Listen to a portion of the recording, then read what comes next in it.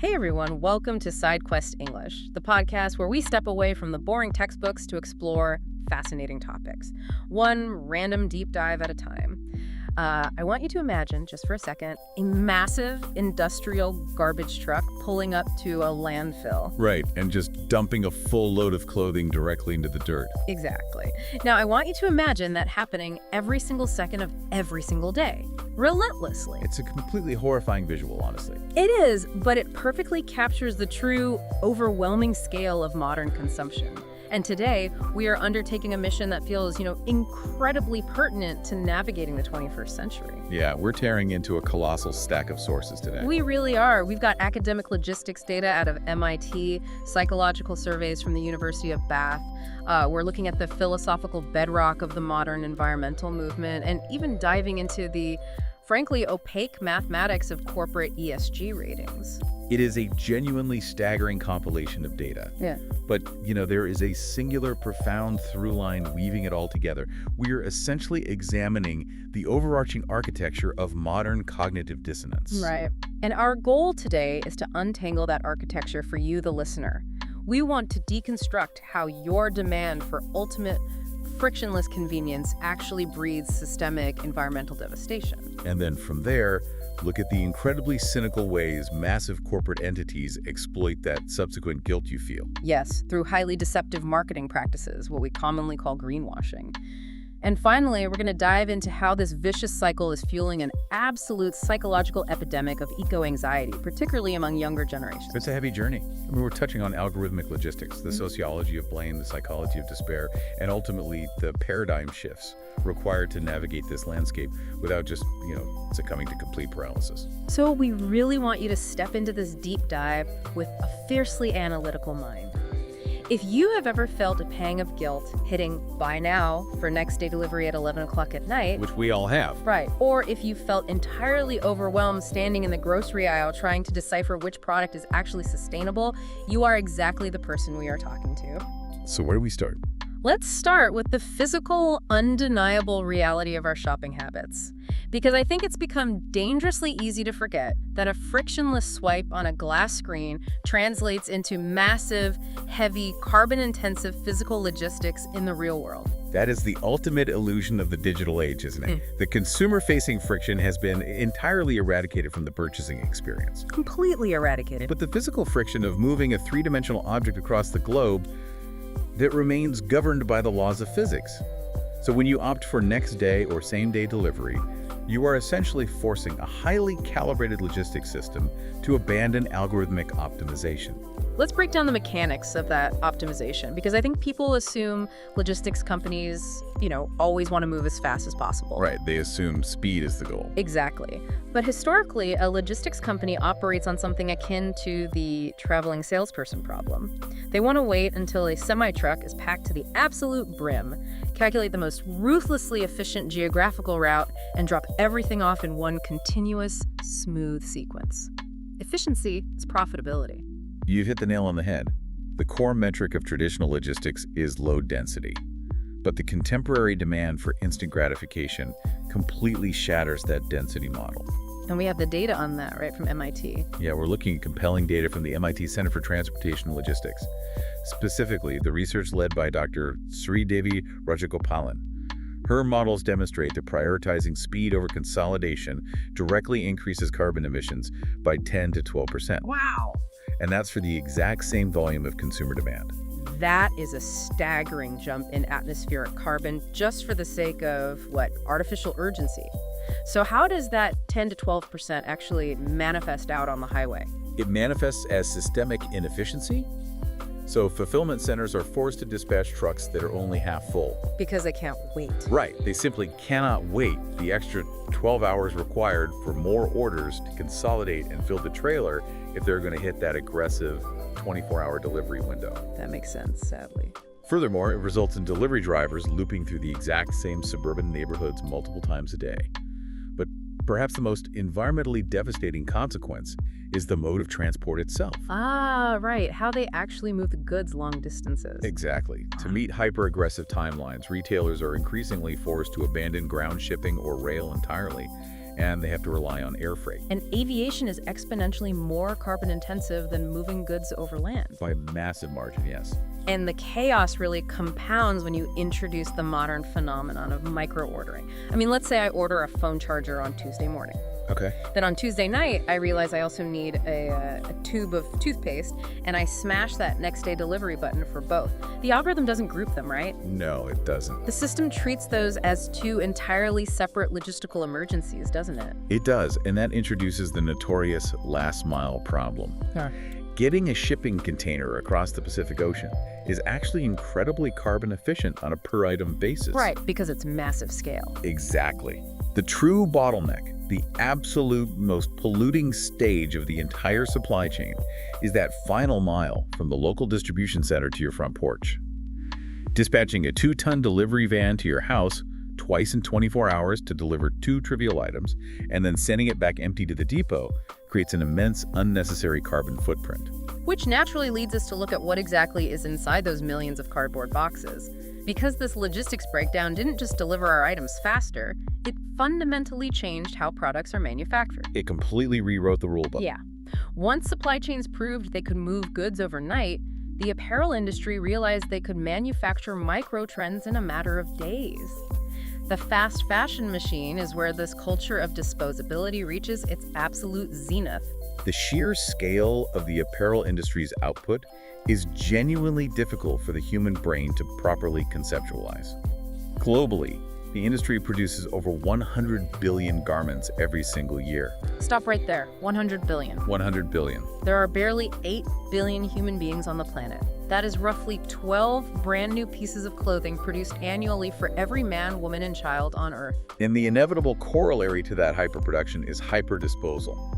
Annually, 92 million tons of clothing are discarded. Which brings us back to your opening visual. Exactly. The equivalent of a garbage truck completely full of clothes being dumped into a landfill or an incinerator every single second. And we cannot ignore the front-end extraction required to maintain that pace.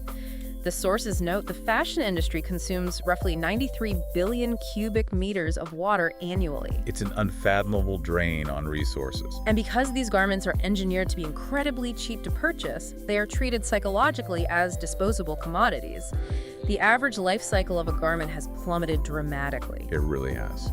We are now seeing data indicating that many fast fashion items are worn merely 7 to 10 times before they are discarded. It is the absolute pinnacle of planned obsolescence, and it manifests in 2 distinct ways. How so? Well, first, you have perceived obsolescence, which is cultivated by social media, right? Where microtrends shift so rapidly that an item feels culturally irrelevant within weeks. Right, that's so last month mentality. Yeah, exactly. And second, you have literal physical obsolescence. These garments are manufactured so poorly, utilizing incredibly cheap synthetic petroleum-based fibers, that the seams literally unravel or the fabric pills beyond repair after just a handful of wash cycles. Okay, wait, I have to push back here. We hear these statistics, and the immediate cultural narrative is always, consumers are so wasteful, you need to vote with your wallet. If you buy a $5 synthetic shirt knowing it will fall apart, that is your fault. Right, that's the standard talking point. But wait a minute, am I really the architect of this destruction? Because if I walk into a casino and the casino has removed all the clocks, pumped in oxygen, and offered free drinks, and I end up losing all my savings, the casino will say I have a gambling problem. That's a great comparison. But the environment was meticulously engineered for my failure. So aren't we, as consumers, just navigating a system that has been entirely constructed by corporate entities to extract our capital? That is a phenomenal analogy, and it aligned perfectly with a framework brought up in our sources from the Systemic Justice Project. The concept of consumers as balls, corporations as sticks. Oh, like billiards. Exactly. It visualizes the consumer as a passive billiard ball, being struck and directed by the corporate cue stick. The corporation sets up the angles, applies the kinetic force, and determines the trajectory. The consumer is merely reacting to the physics of the marketplace that has been constructed around them. Let's apply that to the fast fashion interface. You log on to one of these sites and you are immediately subjected to a psychological gauntlet. Oh, absolutely. It's overwhelming. You see flashing countdown timers, only 2 left in stock. Yeah. Banners, pop-up notifications claiming 24 people in your city bought this in the last hour, and prices artificially slashed by 80%. The user interface is literally weaponized to induce panic buying. That's all highly calculated. And then, when the devastating environmental footprint of this model is published, the corporation throws its hands up and says, well, we are simply meeting consumer demand. This brings us to a vital sociological mechanism detailed in our sources. Responsibilization. Responsibilization. Break that down for us. This is the deliberate, strategic process by which the burden of solving massive, systemic global crises like climate change or resource depletion is shifted away from governments and corporations and placed squarely on the shoulders of the individual consumer. Okay. It is a cornerstone of what scholars term marketplace governance. So instead of demanding sweeping legislative reform or strict corporate regulation, we are indoctrinated to believe that our morality is solely defined by our purchasing choices. Exactly. Like, if you care about the planet, you will buy the $80 organic linen shirt. If you don't, you're complicit in destroying the earth. And applying that blanket moral judgment to the consumer is deeply problematic because it completely ignores socioeconomic realities. Blaming consumers for buying cheap fast fashion or feeding their family at McDonald's or driving an older high-emission vehicle operates on the totally false assumption that everyone possesses equal access to ethical, sustainable alternatives. Yeah. Which they patently do not. Sustainable fashion is a luxury. It is. It is a socioeconomic privilege. For a single parent working 2 jobs and struggling to make rent, buying a $5 t-shirt from a fast fashion retailer is not an act of environmental malice. It is a strict economic necessity. When sustainable options cost 10 times as much as conventional ones, instructing low-income individuals to just vote with their wallets is not merely ineffective, it is fundamentally cruel. It really is. The systemic obfuscation here is a masterclass in corporate public relations.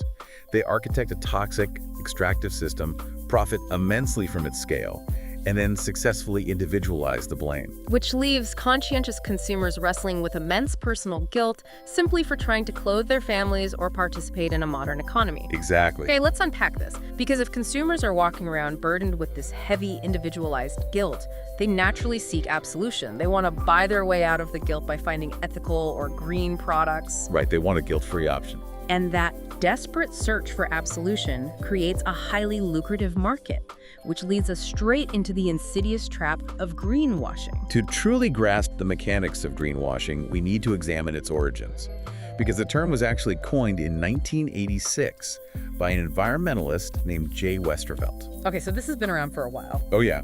He was visiting a sprawling luxury resort in Fiji, and he noticed these earnest little placards in the bathrooms urging guests to reuse their towels in order to protect the vital local ecosystem. I mean, on the surface, that sounds like a responsible corporate initiative. I see those in hotels all the time now. It does sound responsible, until Westervelt looked beyond the bathroom. He realized that this very same hotel was concurrently engaged in massive, aggressive expansion projects, literally bulldozing local flora and completely disregarding the surrounding ecosystem. Oh, wow. The towel policy had absolutely nothing to do with environmental stewardship. It was a calculated strategy to save the hotel significant money on laundry and utility costs, all while conveniently painting the corporation with a veneer of eco-consciousness. So it was purely a financial maneuver disguised as a moral imperative. Precisely. And from that origin in Fiji, greenwashing has evolved into a highly sophisticated, data-driven marketing science. Our sources heavily reference TerraChoice's famous sins of greenwashing, which categorizes the specific deceptive tactics companies use to manipulate us today. The most ubiquitous tactic is the sin of vagueness. Okay, what does that look like in practice? This involves deploying terms like eco-friendly, natural, green, or conscious without providing any measurable scientific definition of what those words actually mean in the context of the product's life cycle. Because they're just buzzwords, right? Exactly. Because these terms are rarely regulated by government agencies, they are practically meaningless. I mean, uranium is natural, but you wouldn't want it in your morning cereal. Right, it's pure branding masquerading as empirical data. Another massive red flag detailed in the sources is the hidden trade-off. Yes, that one is everywhere. This is a classic misdirection play. A company highlights one tiny, marginally positive environmental attribute to completely distract the consumer from the devastating environmental harm of their core business model. A textbook example is a massive fast fashion conglomerate launching a massive PR campaign to celebrate that their shipping boxes are now made from 100% recycled cardboard. While ignoring what's inside the box. Exactly. They trumpet this achievement while entirely ignoring the fact that the millions of synthetic garments inside those boxes were produced utilizing highly toxic dyes, exploited labor, and fossil fuel-dependent manufacturing hubs. They cherry-pick a microscopic data point to create a wildly skewed macro perception of sustainability. Which brings us to a really concrete, highly documented case study from our sources regarding H&M and their conscious collection. Oh yes, this is a big one. This is essentially a masterclass in how to weaponize data for greenwashing. They heavily utilized a prominent industry rating system called the Higg Index to show consumers exactly how sustainable these specific garments were. Yes. The Higg Index was widely adopted across the apparel industry, but it was eventually torn apart by independent environmental watchdogs. To understand why, you really have to look at the mechanics of its methodology. The index merely graded the environmental impact of producing a specific article of clothing compared to the baseline status quo of conventional production. Okay, so it was relative, right? And crucially, it did not measure the full life cycle of the garment. Let's get into the math of that because it's genuinely baffling. How did the Higg Index actually calculate those scores? The fatal flaw was its narrow parameters.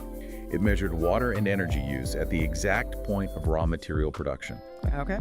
So because cultivating organic cotton requires significant agricultural water usage up front, cotton scored poorly. Meanwhile, synthetic, petroleum-based fabrics like polyester require very little water to synthesize in a chemical plant, so they received incredibly high sustainability scores on the Higg Index. Wait, so the index completely ignored the fact that the polyester shirt sheds thousands of microplastics into the water supply every single time it is washed over the next decade. Ignored it entirely. And that it will sit in a landfill for 200 years without biodegrading. Precisely the issue.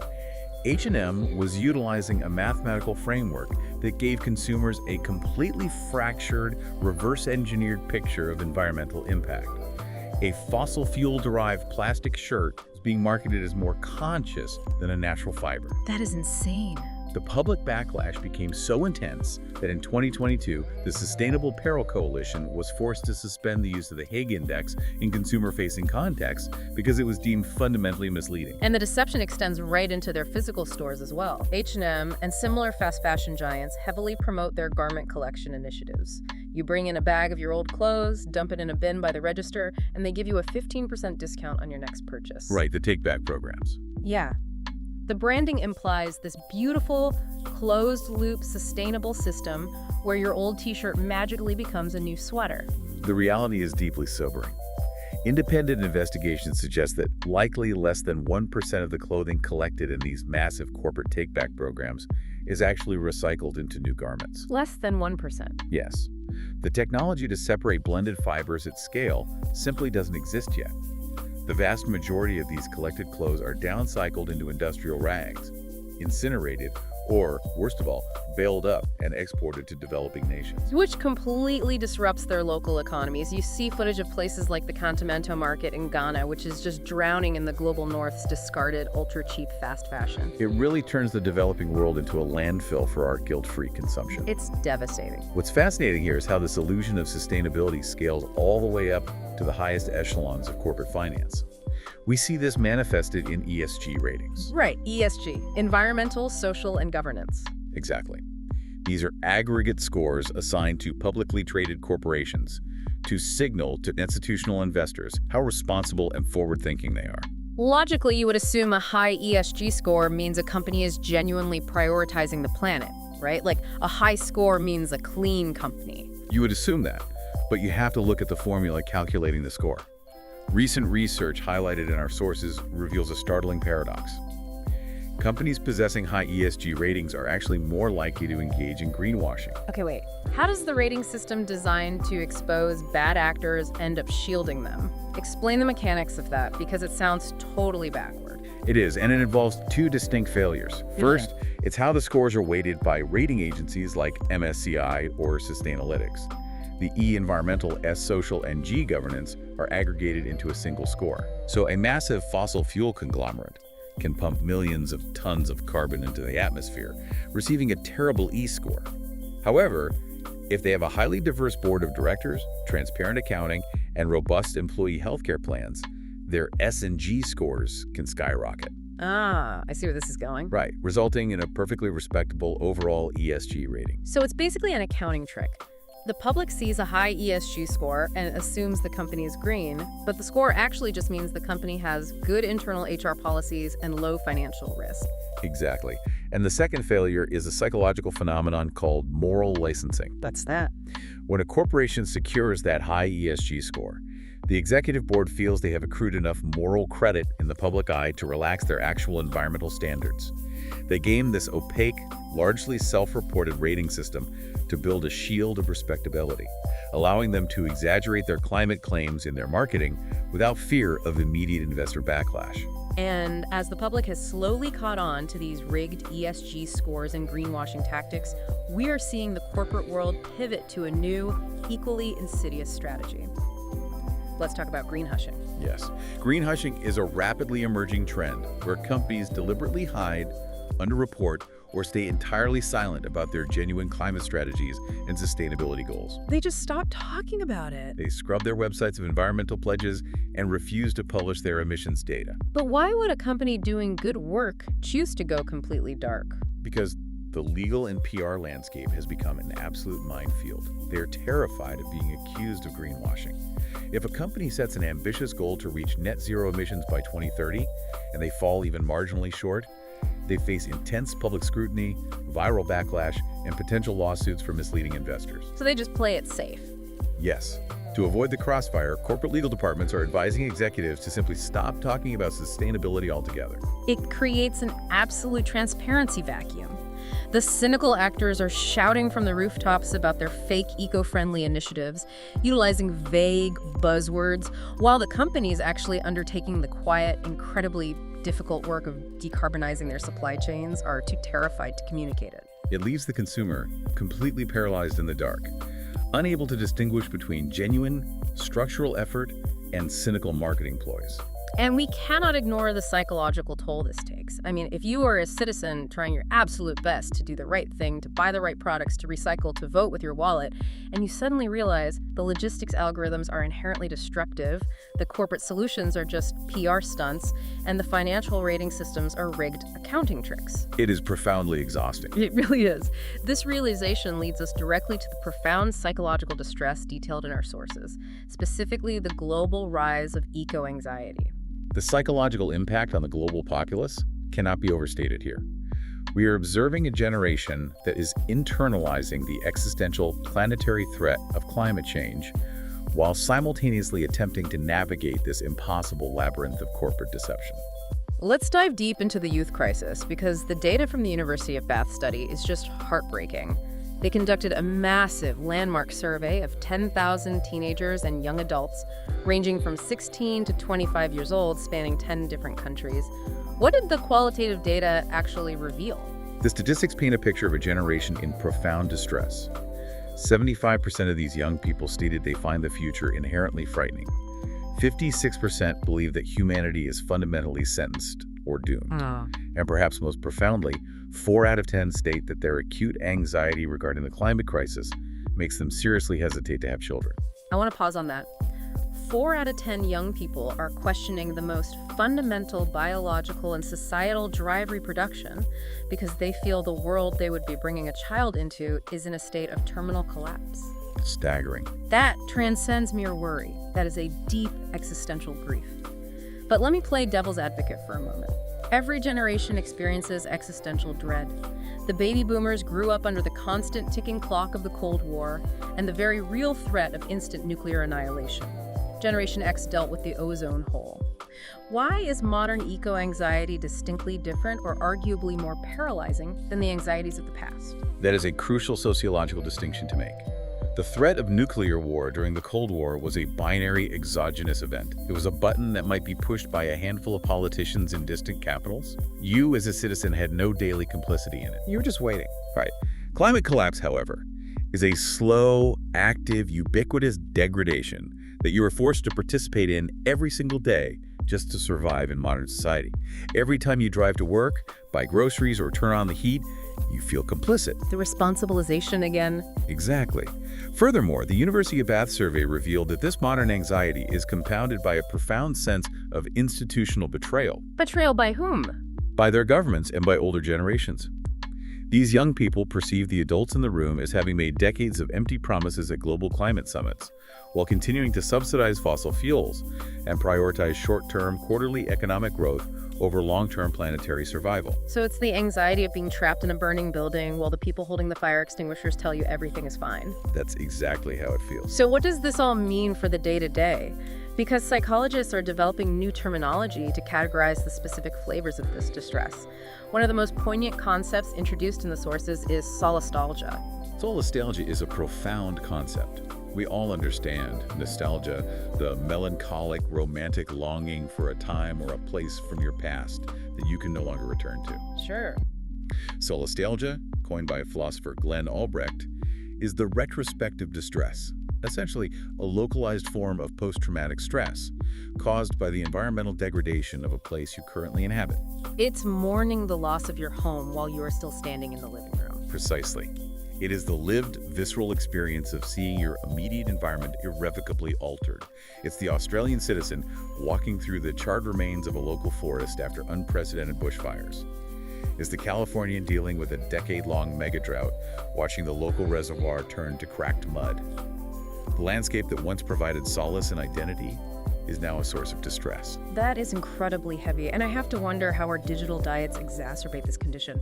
Because we aren't just observing changes in our backyards, we are bearing witness to global simultaneous catastrophes in real time on our phones. Oh, the digital aspect is huge. If I am doom scrolling on Instagram watching floods in Southeast Asia, followed by a video of a starving polar bear, am I just pouring gasoline on my own anxiety? Yes, but the mechanics of how social media interacts with eco-anxiety are incredibly revealing. Our sources highlight specific research concerning how climate change content on platforms like Instagram affects the psyche. The researchers differentiate strongly between passive and active interaction. Break down the difference in how the brain processes those two modes. Well, passive interaction is the classic doom scrolling model. You are mindlessly swiping past images of wildfires and protests, perhaps hitting the like button on autopilot without deeply cognitively engaging with the material. Just absorbing it. Right. This baseline exposure certainly increases eco-anxiety because it immerses the user in a constant ambient narrative of systemic threat. But the research found something counterintuitive about active interaction, didn't it? It did.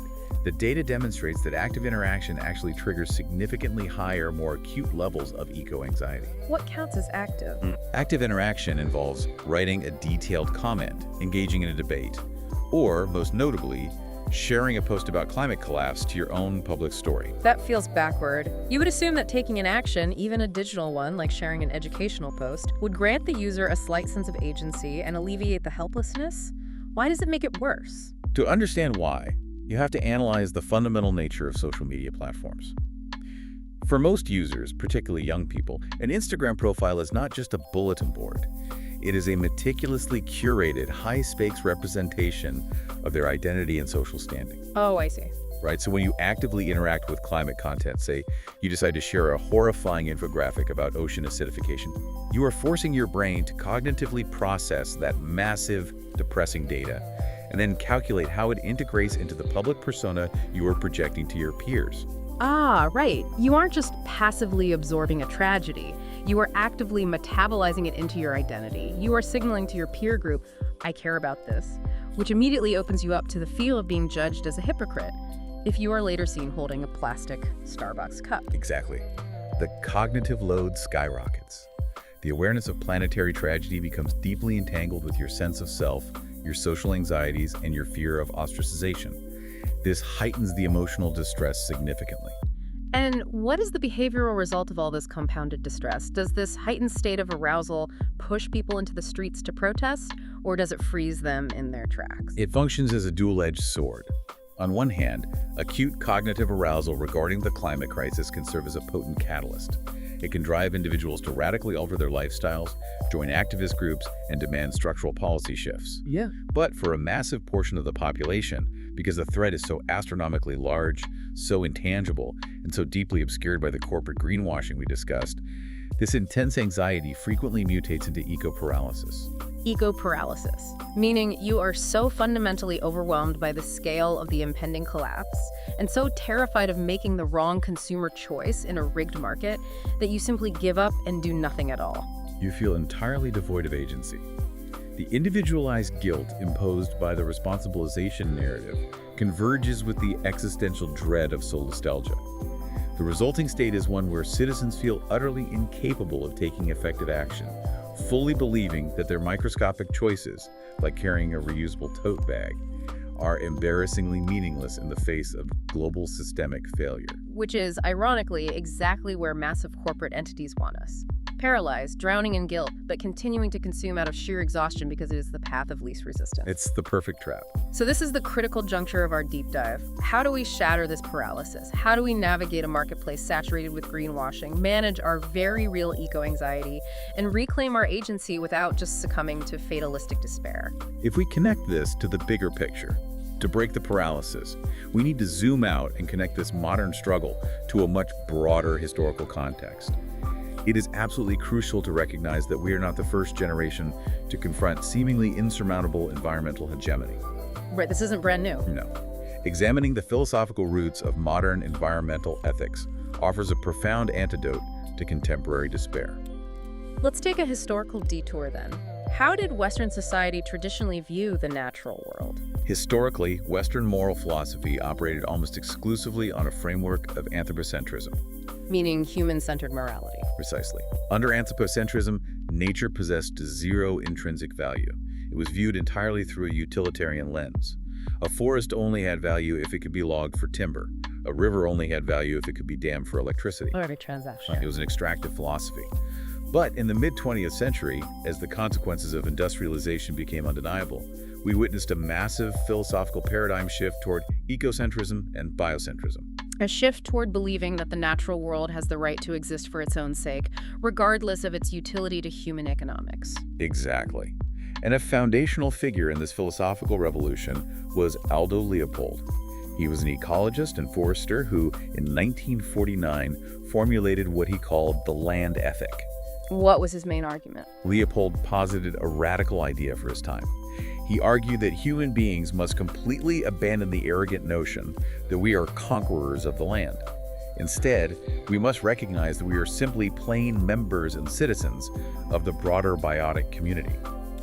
He fundamentally expanded the boundaries of our moral community to include soils, waters, plants, and animals. So, under Leopold's framework, polluting a river wasn't just unfortunate because it ruined a local fishing industry. It was fundamentally ethically wrong in its own right. It was akin to harming a neighbor in your own community. It was a moral transgression, and this academic philosophical shift was violently catapulted into mainstream public consciousness a decade later by Rachel Carson. Ah, Silent Spring. Yes. In 1962, she published Silent Spring, a meticulously researched book documenting the devastating cascading ecological impacts of synthetic bioaccumulating pesticides like DDT. And it wasn't just a science book, right? No, Carson didn't merely write a dry scientific treatise. She leveraged Leopold's philosophy to make a profound ethical argument.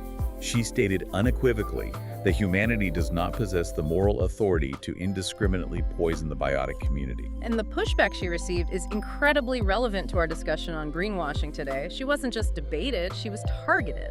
The reaction from the chemical industry, massive conglomerates like Monsanto and American Cyanamid, was vicious and highly coordinated. They launched massive, well-funded smear campaigns against Carson, attempting to discredit her science, attacking her credentials, and dismissing her as a hysterical alarmist. It's the exact same playbook utilized by the fossil fuel lobby and the fast fashion industry today when confronted with climate data. It hasn't changed a bit. But Carson's data was unassailable, and her ethical argument resonated deeply with a public that was beginning to notice the absence of birdsong in their neighborhoods, which, you know, is an early form of solastalgia. Absolutely. Silent Spring wasn't just a book that people read and put on a shelf. It fundamentally changed the trajectory of human history. It is widely credited with catalyzing the modern mainstream environmental movement. Carson's work directly inspired the first Earth Day in 1970, which saw 20 million Americans mobilizing in the streets to demand systemic change. And that mobilization wasn't just noise, it resulted in concrete, monumental legislative victories. Absolutely. That public outcry, fueled by a shift in ethical consciousness, led directly to the creation of the Environmental Protection Agency. It forced the passage of the Clean Water Act and the Clean Air Act, and it resulted in the total systemic ban of DDT in the United States. I think revisiting that historical context is vital because it shatters the narrative of inevitable doom. It proves that massive, deeply entrenched corporate power, armed with PR machines and infinite capital, can be successfully challenged and overcome by public awareness and a collective shift in ethical values. We've stared down these behemoths before, and we have forced systemic change. The historical record clearly demonstrates that structural change is possible. The modern narrative of fatalism is not only paralyzing, it is historically inaccurate. But let's bring it back to the present moment. Here's where it gets really interesting. Philosophy and history are incredibly important, but what can you, the listener, who is walking into a grocery store or opening an app today, actually do? How do we reclaim our agency in this incredibly messy, greenwashed, algorithmically driven market right now? Let's talk highly practical, actionable steps. We can absolutely start implementing data-backed behavioral shifts that effectively disrupt the system. And crucially, they do not require you to become a perfect zero-waste ascetic living in the woods. Thank goodness for that. Right. Let's return to the logistics issue we opened the deep dive with. A fascinating study from the Catholic University of Ingolstadt, commonly referred to as KU, demonstrated the profound, tangible impact of simply exercising patience. Patience as an aggressive form of climate action. I love that framing. What did the KU study discover? The researchers analyzed the logistical networks of online retailers and found that if online customers are willing to intentionally delay the delivery of their order by just 3 to 4 days, it allows the routing algorithms to properly consolidate shipments. And the result? That simple choice results in an astonishing 56% reduction in CO2 emissions for that specific transaction. A 56% drop in carbon just for waiting until Friday to get a sweater you didn't urgently need on Tuesday anyway. That is a massive return on investment for practically zero effort. Furthermore, the study investigated the psychology of user interface design. They found that when consumers are transparently educated about this impact at the point of decision, for example, if the checkout screen visually displays the environmental cost of shipping choices, perhaps using a green leaf icon to highlight the slower, consolidated route, consumers overwhelmingly change their behavior. So transparency actually works. Yes. Deliberately opting out of the hyper-fast shipping matrix is a highly effective reclamation of your agency. You are forcing the logistics machine to operate on a more sustainable algorithm. Okay, so we slow down the shipping, but what about when we are actually deciding what to buy in the first place? How do we pierce the corporate veil? How do we cut through the sin of vagueness and the mathematically rigged ESG scores? We combat data obfuscation with independent transparency tech. There is a rapidly growing ecosystem of third-party apps and databases engineered specifically to do the investigative supply chain auditing for you. They bypass the corporate marketing departments entirely.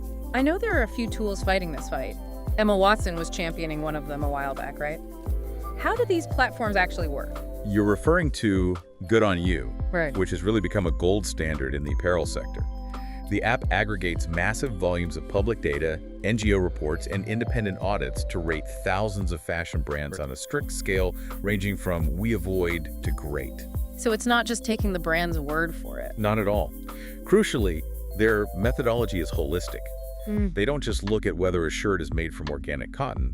They track human rights violations, child labor policies, living wage commitments, and animal welfare throughout the entire global supply chain. But wait, earlier we discussed greenwashing companies intentionally hiding their data.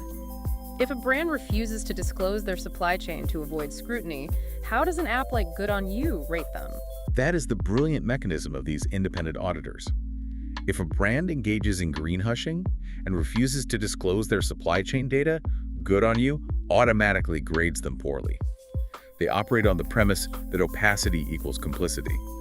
It penalizes the lack of transparency. It completely flips the script. It forces the corporation to prove they are ethical rather than forcing the consumer to blindly trust a green label. Are there tools like this for other industries? Yes, definitely. There's an app called Think Dirty, designed specifically to expose the toxic, unregulated chemicals hidden in cosmetics and personal healthcare products. It utilizes a simple, color-coded traffic light system to grade products based on their chemical toxicity and carcinogen risk. That's incredibly useful. Another powerful platform is Renew, which allows users to search for clothing based explicitly on their personal ethical priorities, whether that's low carbon impact, vegan materials, or fair trade labor. And for a broader perspective, the Better World Shopper database grades over 2,000 corporations from A+ to F across multiple metrics, including human rights, environmental sustainability, and animal protection. Utilizing these tools completely shifts the power dynamic. It takes the exhausting guesswork out of shopping. You no longer have to stand in an aisle trying to decipher the deliberately confusing marketing jargon on a bottle of shampoo. You simply scan the barcode and rely on empirical, independent data. It transforms you from a passive, manipulated consumer into an informed, empowered auditor. It is a vital step in reclaiming agency. However, relying solely on external logistical and technological solutions is insufficient. We must simultaneously address the internal psychological battle. If we do not manage the crippling eco-anxiety and solastalgia we discussed earlier, we will inevitably burn out and retreat back into paralysis. That is a critical point. I mean, if you are lying in bed, utterly paralyzed by the existential dread of a collapsing biosphere, you aren't going to be auditing supply chains on the Good On You app. You are just going to hide under the covers. How do the psychologists suggest we manage this trauma? Our sources reference a psychological strategy known as the Upstream framework, which is specifically designed to help individuals cope with eco-anxiety. A foundational pillar of this framework involves cultivating deep understanding and practicing radical self-compassion. What does radical self-compassion look like in the context of climate guilt? It means fundamentally accepting that you cannot be perfect, because you exist within a profoundly flawed, inherently carbon-intensive socioeconomic architecture. You have to give yourself a break. It means forgiving yourself for occasionally buying groceries wrapped in single-use plastic, or relying on affordable fast fashion when your personal budget is stretched thin. Guilt is an incredibly toxic, paralyzing emotion. It is a terrible long-term motivator for sustained action. It requires you to actively reject the responsibilization narrative. You have to realize that you didn't build the plastic factory and you didn't design the algorithm. You're just trying to survive in the system. Precisely. You must separate your personal morality from systemic failures. Furthermore, environmental psychologists emphasize that the key to transforming this trauma into resilience is communication. You must articulate your climate anxiety with your peers, your family, and your community. So not just carrying it alone. Right. You have to recognize that your fear, your anger, and your solastalgia are completely rational, healthy responses to a very real crisis. They are not personal pathologies or signs of mental weakness. And when you start voicing those fears out loud, you inevitably discover that everyone else is quietly terrified too. You break the illusion of isolation. Exactly. Moving from isolation to community is the absolute prerequisite for collective systemic action. A community that shares its anxiety can mobilize to demand legislative change. An isolated individual consumed by guilt can only click add to cart in despair. Okay, let's step back and look at the massive tapestry we have woven today. We began by exposing the hidden physical violence of our demand for ultimate digital convenience, the half-empty delivery trucks, and the air-freighted fast fashion generated by shattered logistical algorithms. We unpacked how massive corporate entities weaponize our subsequent guilt through the insidious tactics of greenwashing, utilizing rigged ESG math and meaningless eco-friendly labels to mask fundamentally destructive business models. Quite the list. Yeah. We examined the heavy, paralyzing psychological burden of eco-anxiety and solastalgia that this system inflicts upon the human brain. And finally, we explored the pathway out of that paralysis by understanding the historical power of ecocentrism to challenge corporate hegemony, by taking practical data-backed steps like delaying our shipping and utilizing transparency tech, and by practicing radical self-compassion to build resilient communities. It is an undeniably dense, challenging, and frequently infuriating landscape to navigate.